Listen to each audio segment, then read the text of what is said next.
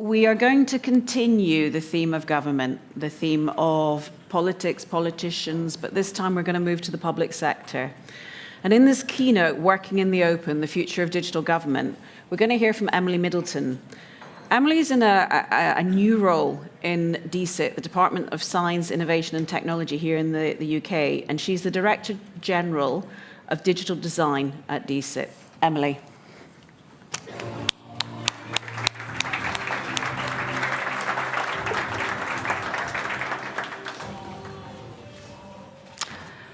Hi, everyone, and thanks, Amanda. It's a real pleasure to be here and with you this morning. I'm going to be giving you a bit of an update on an exciting and ambitious project that we've kicked off recently to design the scope, the strategy, and the structure of the new Digital Centre of Government in the Department for Science, Innovation and Technology. And I'm pleased to share that just a few weeks ago, our Secretary of State launched the new Government Digital Service and announced some new products in development, and he demoed those in the open. Those include gov.uk app, which is coming later this year, chat, and wallet.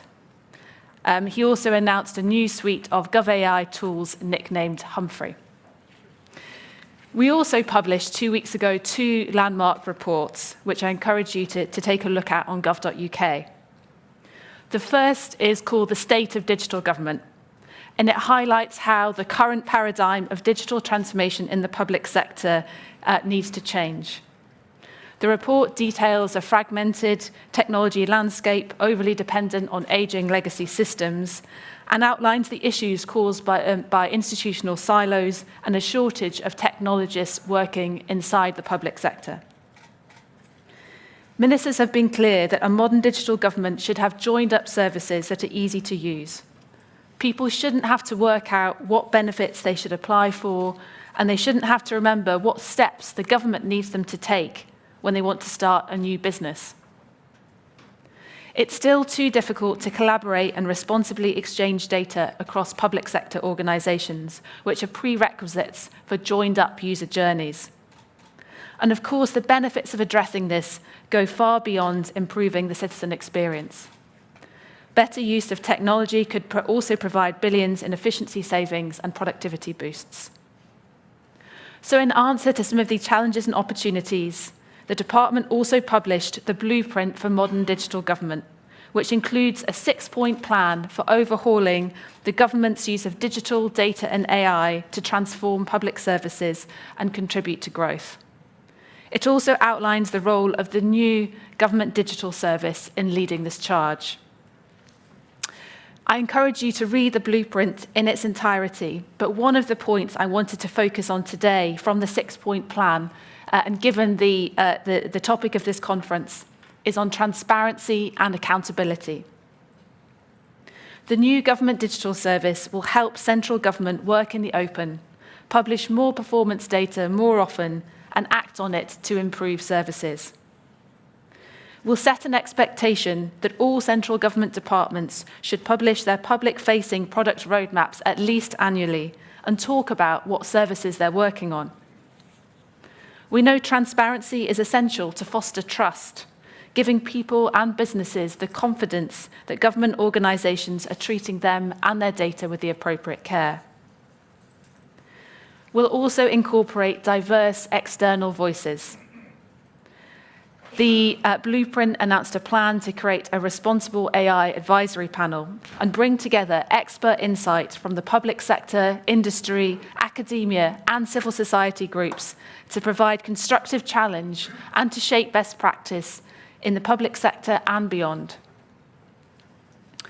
A huge amount of this work is already underway, so I want to leave you with a few examples of products that showcase how teams within the Government Digital Service are already working in the open.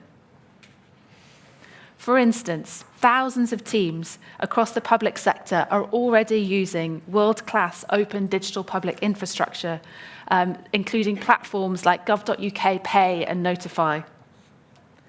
Pay is an easy way for government and public sector organisations to take and manage online payments. It enables citizens to quickly and easily pay government online. And in turn, Notify makes it easy for public sector service teams to send emails, text messages, and letters to their users. And thanks to the team's approach to coding in the open, it's not just used by UK government. For instance, when Australia wanted a way for their government agencies to communicate easily with their citizens, they reused Notify's code to create a similar service. Outside of gov.uk, the Incubator for AI is a specialist team inside GDS focused on building and deploying AI tools for the public sector, and they typically open source their code. One of the tools that the team is developing is a collaboration with Citizens Advice called Caddy, an AI-powered assistant for customer service advisors. Developed in partnership with Citizens Advice, Caddy supports staff, making it easier for them to quickly find and share information with the people that come to them for help. Caddy's integrated into existing chat environments and uses open source technologies for back-end operations and infrastructure, and handles 9,000 monthly citizen interactions already. We know that we need to do more of this and build the underlying infrastructure that makes it easy for teams across the whole public sector to work openly and to work together, to access shared technical components and data and connect with external organisations and with the public. So in the coming months, the new GDS will progress bold and transparent initiatives designed to showcase a new era of digital government, delivering service improvements and cultural change through open collaboration and engagement. Thank you.